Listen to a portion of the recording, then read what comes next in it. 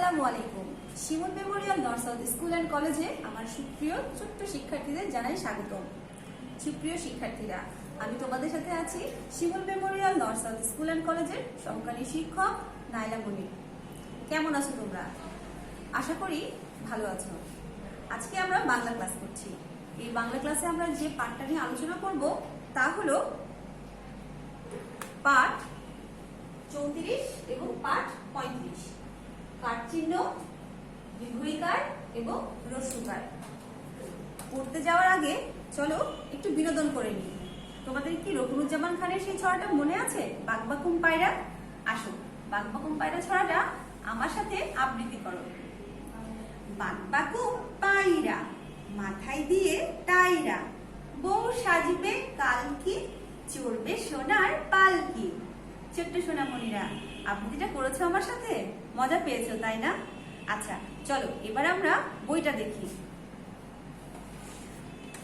তোমাদের বইয়ের 46 এবং 47 নম্বর পৃষ্ঠাতে আজকের যে পাঠ 34 এবং 35 এবং কাঠ চিহ্ন দিয়ে যে শব্দগুলো আছে তা দেখতে পাচ্ছ বোধহয়। দেখো, পাঠ নাম্বার 34। এই পাঠ 34-এ দীর্ঘইকার দিয়ে কিছু শব্দ আছে। আমার সাথে জোরে জোরে একটু পড়ো তো। নদীর তীর, নদীর তীর, বাতাস ধীর, বীণা আনি, গীত শুনি। পৃষ্ঠার একেবারে নিচে দেখো আরো কিছু শব্দ রয়েছে। আমার সাথে সেগুলো শব্দ একটু জোরে জোরে বলো।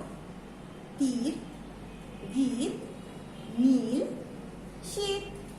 আরো একবার বলি, তীর, গীত, নীল, শীত। আরো আছে, শীত যায়, গীত গায়, শীত যায়, গীত গায়। চলো এবার পৃষ্ঠা নাম্বার 47-এ যাই। এই পৃষ্ঠাতে হ্রস্বইকার দিয়ে অনেকগুলো শব্দ রয়েছে। আমার সাথে এই শব্দগুলো পড়ো তো।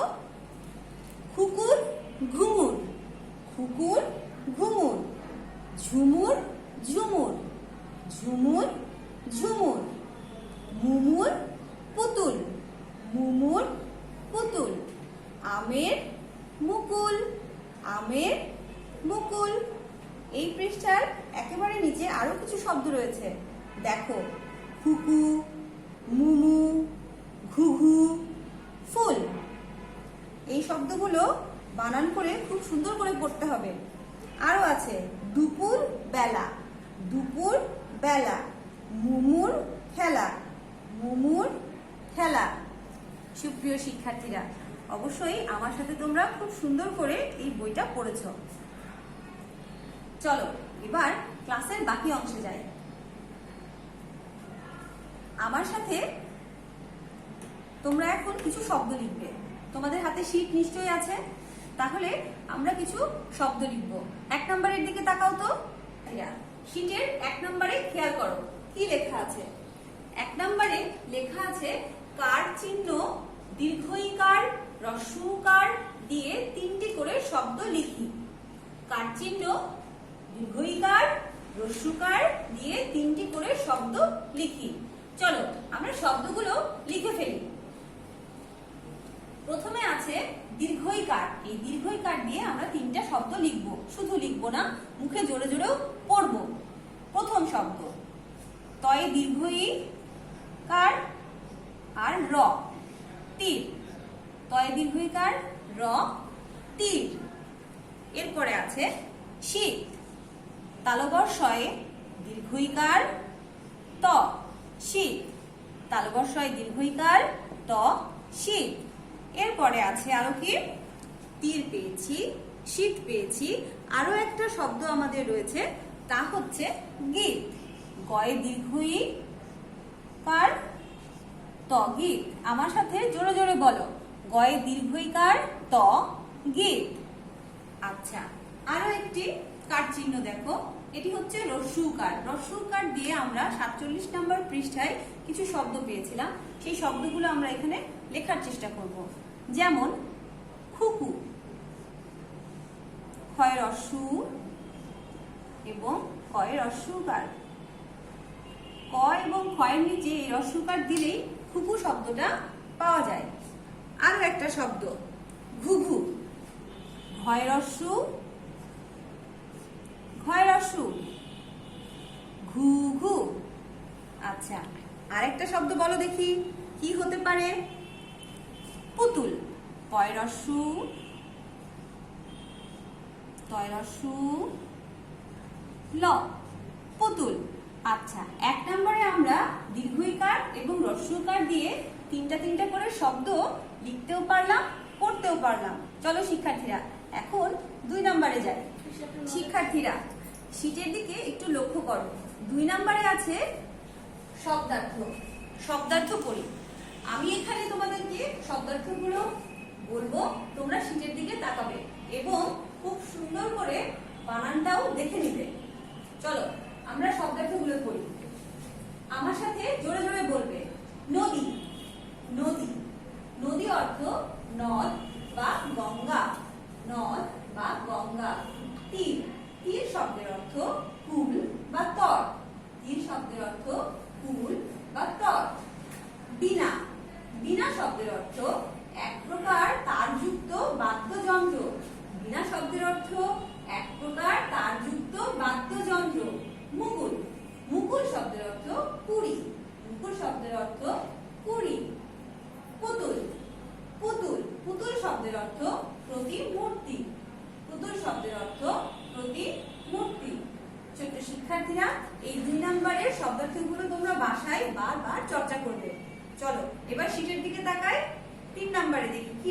শিক্ষার্থীরা দেখো শীটের 3 নম্বরে কি লেখা আছে। 3 নম্বরে লেখা আছে উপযুক্ত বর্ণ দিয়ে শব্দ তৈরি করি, উপযুক্ত বর্ণ দিয়ে শব্দ তৈরি করি। এখানে কিছু ফাঁকা ঘর আছে যেখানে তোমাকে বর্ণ বসাতে হবে, দিয়ে শব্দ তৈরি করতে হবে। দেখো তো এখানে কি বর্ণ বসবে। প্রথমে আছে তয়ে দীর্ঘইকার, তয়ে দীর্ঘইকার। কি উচ্চারণ করব? তি। তি এর পরে কোন বর্ণ বসালে একটা শব্দ তৈরি হবে? হ্যাঁ ঠিক বলেছো, র, তীর। বয় শূন্য র, তীর। আরো একটি শব্দ আছে, খেয়াল করো। ভয় রস্যু, ও রস্যু। এখন কি একটি বর্ণ বসাবো যার ফলে একটা শব্দ হয়ে যাবে? হ্যাঁ, ঘুঙুর। ভয় রস্যু, ও রস্যু আর বয় শূন্য র, ঘুঙুর।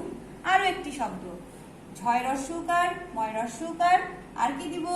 হ্যাঁ ঠিক বলেছো, বয় শূন্য র। বাহ, সবগুলোতে তো বয় শূন্য র বসালেই শব্দ হয়ে যাচ্ছে। ঝুমুর। এবার আছে দয় রস্যু, পয় রস্যু, দু পু। কি হবে? ঠিক, বয় শূন্য র, দুপুর, দুপুর। তাহলে দেখো র বর্ণটি বসিয়েই আমরা কিন্তু 4টা শব্দ তৈরি করে ফেলেছি। তীর, ঘুমুর, ঝুমুর, দুপুর। চলো এবার শীটের 4 নম্বরে যাই। শিক্ষার্থীরা শীটের 4 নম্বরে কি লেখা আছে দেখো তো। বাক্য গঠন করি, বাক্য গঠন করি। কি দিয়ে বাক্য গঠন করব? কিছু শব্দ দিয়ে। কি কি শব্দ এখানে আছে দেখো তো। প্রথমে আছে শীত, শীত, শীত একটি ঋতুর নাম আমরা জানি। এটা দিয়ে আমরা একটা বাক্য তৈরি করব। কি লিখতে পারি? অনেক শীত পড়েছে, তাই না? অনেক শীত পড়েছে, খুব সুন্দর একটা বাক্য। শীতকালে আমরা প্রায় বলে থাকি অনেক শীত পড়েছে, অনেক শীত পড়েছে।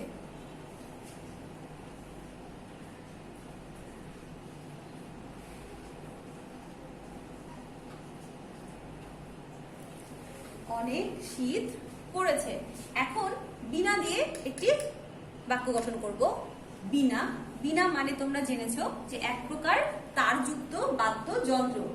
তাহলে আমরা এখানে বাক্য কি লিখতে পারি? বীণা একটি বাদ্যযন্ত্র, বীণা একটি বাদ্যযন্ত্র। খুব সুন্দর করে বানানগুলো খেয়াল করো। বীণা বানানে দন্তন্য নাই, মূর্ধন্য ন আছে। বীণা, বীণা একটি বাদ্যযন্ত্র, এই বাদ্যযন্ত্র বানানটাও কিন্তু দেখতে হবে। বাদ্যযন্ত্র, দন্ত নয়ে তয়ে রফলা, যন্ত্র। আচ্ছা, এখন আরো একটি শব্দ রয়েছে পুতুল। পুতুল, পুতুল দিয়ে একটা বাক্য বলো তো।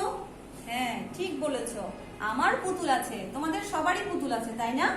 তাহলে চলো লিখি, আমার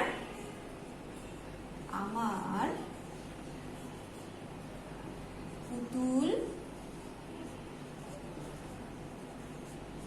আছে। আমার পুতুল আছে। প্রত্যেকটা বাক্য লেখার পরে অবশ্যই দাড়ি চিহ্নটা দিবে। চলো শিক্ষার্থীরা, এবার শীটের 5 নম্বরে কিছু প্রশ্ন দেওয়া আছে এবং সেই প্রশ্নগুলোর উত্তর দেওয়া আছে। এই প্রশ্নগুলো আমার সাথে জোরে জোরে পড়ো এবং মুখস্থ করে ফেলো। 5 ক, কার পুতুল? একটু মনে করো তো, এই পাঠ 34 আর 35 আমরা কি কি পেয়েছিলাম? কার পুতুল? মুমুর পুতুল। কার পুতুল? মুমুর পুতুল। কি শুনি? গীত শুনি। কি শুনি? গীত শুনি। কার ঘুমুর? কার ঘুমুর? কুকুর ঘুমুর। কার ঘুমুর? কুকুর ঘুমুর। কিসের মুকুল? কিসের মুকুল? আমের মুকুল। কিসের মুকুল? আমের মুকুল। খুব সুন্দর করে এই প্রশ্নগুলোর উত্তর মুখস্থ করতে হবে। আচ্ছা, এখন দেখো শীটে নিচে মৌখিক নামে কিছু প্রশ্ন রয়েছে। এই প্রশ্নগুলো আমাদের জেনে নিতে হবে। আমার সাথে এই প্রশ্নগুলো পড়ো। দীর্ঘইকার চিহ্নটি দিয়ে একটি শব্দ বলুন। বলুন তো, শব্দটার কি হবে? গীত। তোমরা বলতে পারো শীত, বলতে পারো তীর। খ নম্বরে, বিনা শব্দের অর্থ কি? বিনা শব্দের অর্থ কি? এক প্রকার তারযুক্ত বাদ্যযন্ত্র। শীত শব্দটি দিয়ে একটি বাক্য বলুন। বলুন তো কি হতে পারে? হ্যাঁ, অনেক শীত পড়েছে। ঘুমুর শব্দটির সঠিক বানান বলুন। দেখো শীতটা ভালো করে খেয়াল করো, ওখানে ঘুমুর বানান কি লেখা আছে?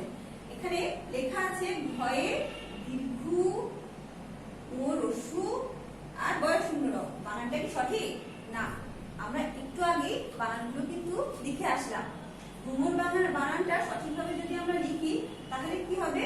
ভয় রস্যুকার, ও রস্যুকার, বয় শূন্য র, ঘুমুর। বারবার এই বানানগুলো কিন্তু তোমরা লিখবে। ছোট্ট শিক্ষার্থীরা, আমরা অনেকক্ষণ ধরেই ক্লাস করছি। এই ক্লাসটা ভালো করে করলেই তোমরা কিন্তু আগামী দিন ফিডব্যাক দিতে পারবে। আগামী দিন তোমাদের ফিডব্যাক আছে। ছোট্ট সোনামণিরা, বাসায় আমাদের গুরুজনরাও আছেন, তোমরাও আছো। এই যে প্রতিকূল পরিবেশ, এখন যে আমরা বাড়ি থেকে বের হচ্ছি না, আমরা বাসায় কিন্তু খেলাধুলার পাশাপাশি বাবা মাকে ছোট ছোট কাজগুলোতে সাহায্য করতেই পারি। মায়ের সাথে ছোট ছোট কাজগুলো শিখে নিতেই পারি। তাহলে আমরা আর শুধু পড়াশোনা আর খেলাধুলার মধ্যেই সীমাবদ্ধ থাকবো না, আমরা কিছু কাজও শিখে নিতে পারি। ছোট্ট শিক্ষার্থীরা, তোমরা সুন্দর সুন্দর কাজ শিখবে, সুন্দর সুন্দর পড়া শিখবে, এটাই আমাদের স্বপ্ন। আগামী ক্লাসে আবার দেখা হবে। আল্লাহ হাফেজ।